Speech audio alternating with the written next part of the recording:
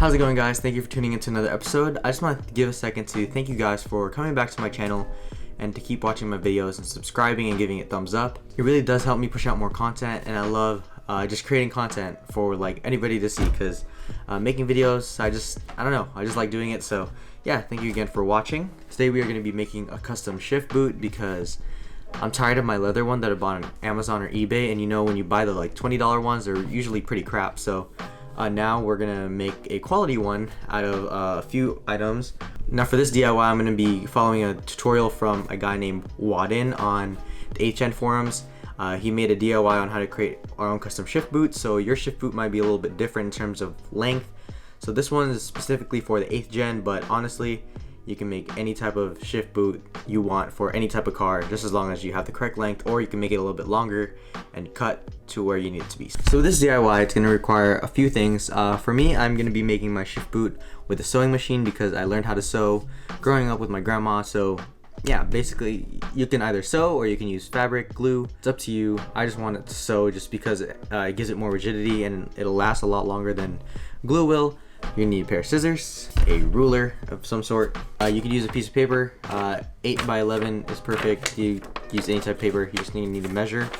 Your sewing machine, of course, as well as the type of fabric you want to use to make your shift boot. What I went with is a red fox suede, or faux suede, as you would say. It's not the best quality. I ordered a few of them from a company called Covey, and they actually make like really like nice like micro suede, which is really like close, like long hair suede. This is really nice. They're super nice, but I just didn't want to pay the extra money plus wait for the shipping, so I went to my local Joann's. I just saw my previous video where I had to wait hella long. You can order from Covey. They actually have really good fabrics. This one's probably like the best one. It really mimics like really nice suede inside like luxury cars. You could choose this. This is their number, the number of the suede. Or if you want like the red for like Type R or like, you know, gang. But yeah, you could order samples from them as well, and they're usually free. You could order up to 5 for free. And yeah, so yeah, I went with the suede. It's gonna look really nice, so let's get to the DIY. So first what you're gonna do is you're gonna actually get your piece of paper, and then you're gonna be folding it in half. Then what you wanna do, make sure the folded side is on the left. What you're gonna do is go with your ruler and measure 5 3/4 all the way down. So around right here. And what you're gonna do is move over to the other side just a little bit and mark it as well. And then what you're gonna do is you're gonna make a line across. Just like that. Then from the left side where the fold's at, you go right here and you measure 2 3/8 there. So you make that mark right there. Now from the top of the paper, what you're gonna want to do is you're gonna make a mark from 1/2 inch from the left side. You make a mark up there. And what you're gonna do is you're gonna connect the 2 lines just like that. Then when you have the mark, what you're gonna do is you're gonna move 1/2 inch from right here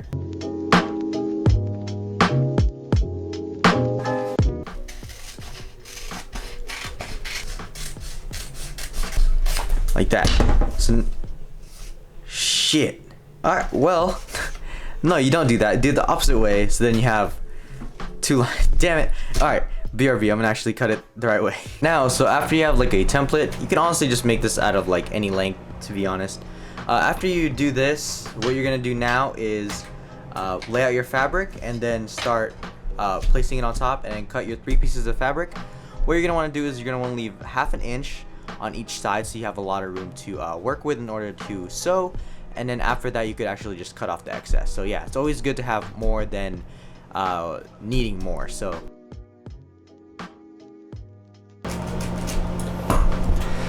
now as you can see, it doesn't have to be perfect, but yeah, you get the gist. After that, after you cut 3 more, you have enough to make your shift boot. Now what you're gonna do is it's time to sew.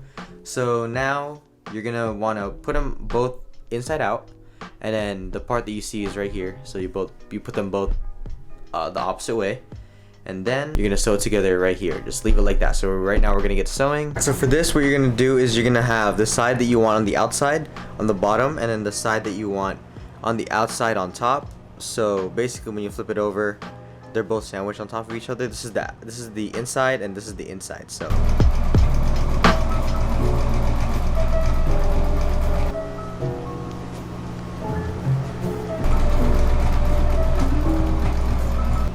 alright, there's your first stitch. Alright, now that you've sewn these two pieces together, what you're going to be doing is you're going to be putting it on top of your last piece. I made my piece a little bit bigger because I'm going to be fitting it into this. This is basically like a neck for your shifter. I wanted to get it. It's on Amazon as well. Only like 10 bucks. It's a great addition. It looks great, and it looks like the cob shifters that a lot of the WRX people have, which looks really nice. It looks dope. So I'm going to be doing that. I cut it a little bit longer on here so it'll fit around the neck.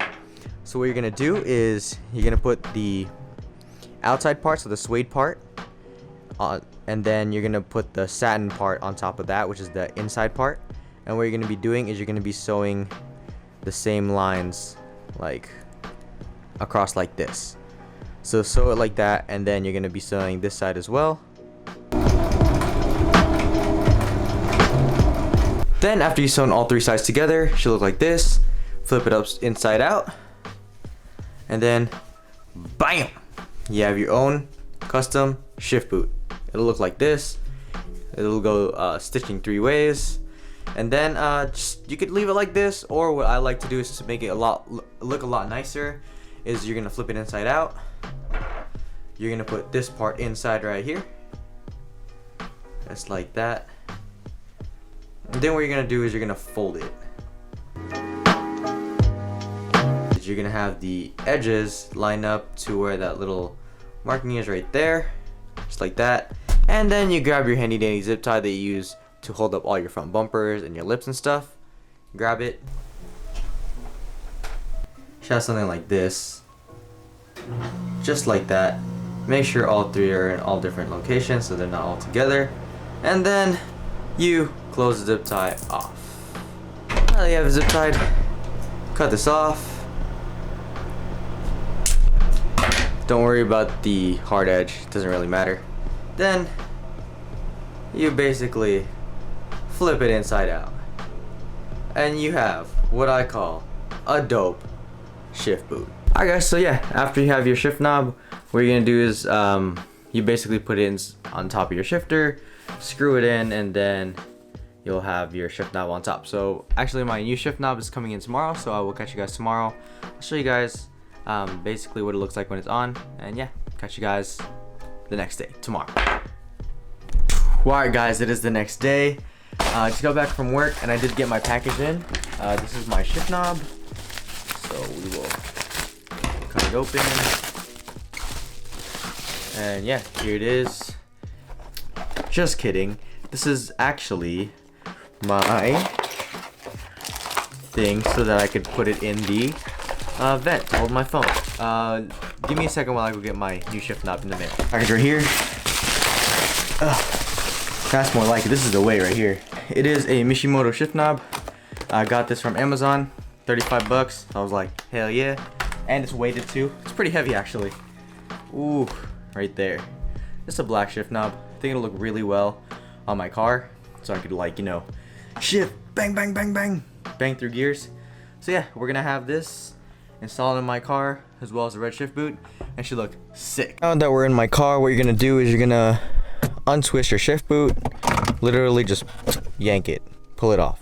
And as you can see right here, there's gonna be just a regular screw right there, as well as these ones. These are like the hexagon ones, or the hex ones.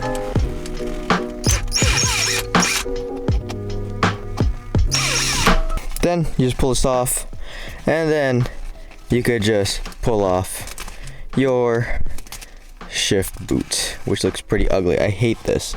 So we're gonna pull this off, and yeah, that's basically, this is the old one. Now you have this empty one that goes like this. As you can see here, like, we're gonna tighten it, right? And then it stops like right here, which is like really bad. And I barely have any threads left to like actually put my shift knob in.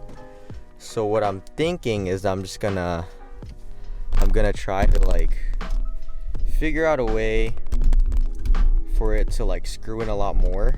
Shifter on the 8th gens are really small already, so it's gonna look like this for now. And then on top of that, with the shift knob itself, it's barely gonna like screw in.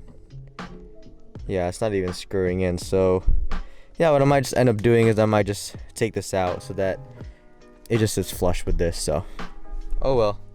Yeah, so we're just gonna take this part out. It looked cool, but it really doesn't work for my purpose. What I did was I actually just made a brand new one because the other one was kind of tacky and I like messed up on it. So I also got the top of my old shifter that I had. What to do is you're gonna do the same thing that we did on the longer one, but instead with just the shorter one because it looks a lot nicer. Now we got something like this. So what you're gonna do now is you're gonna pretty much sandwich it into the part that I was telling you guys about. You're gonna put it in through here like that, and then you just sandwich it in.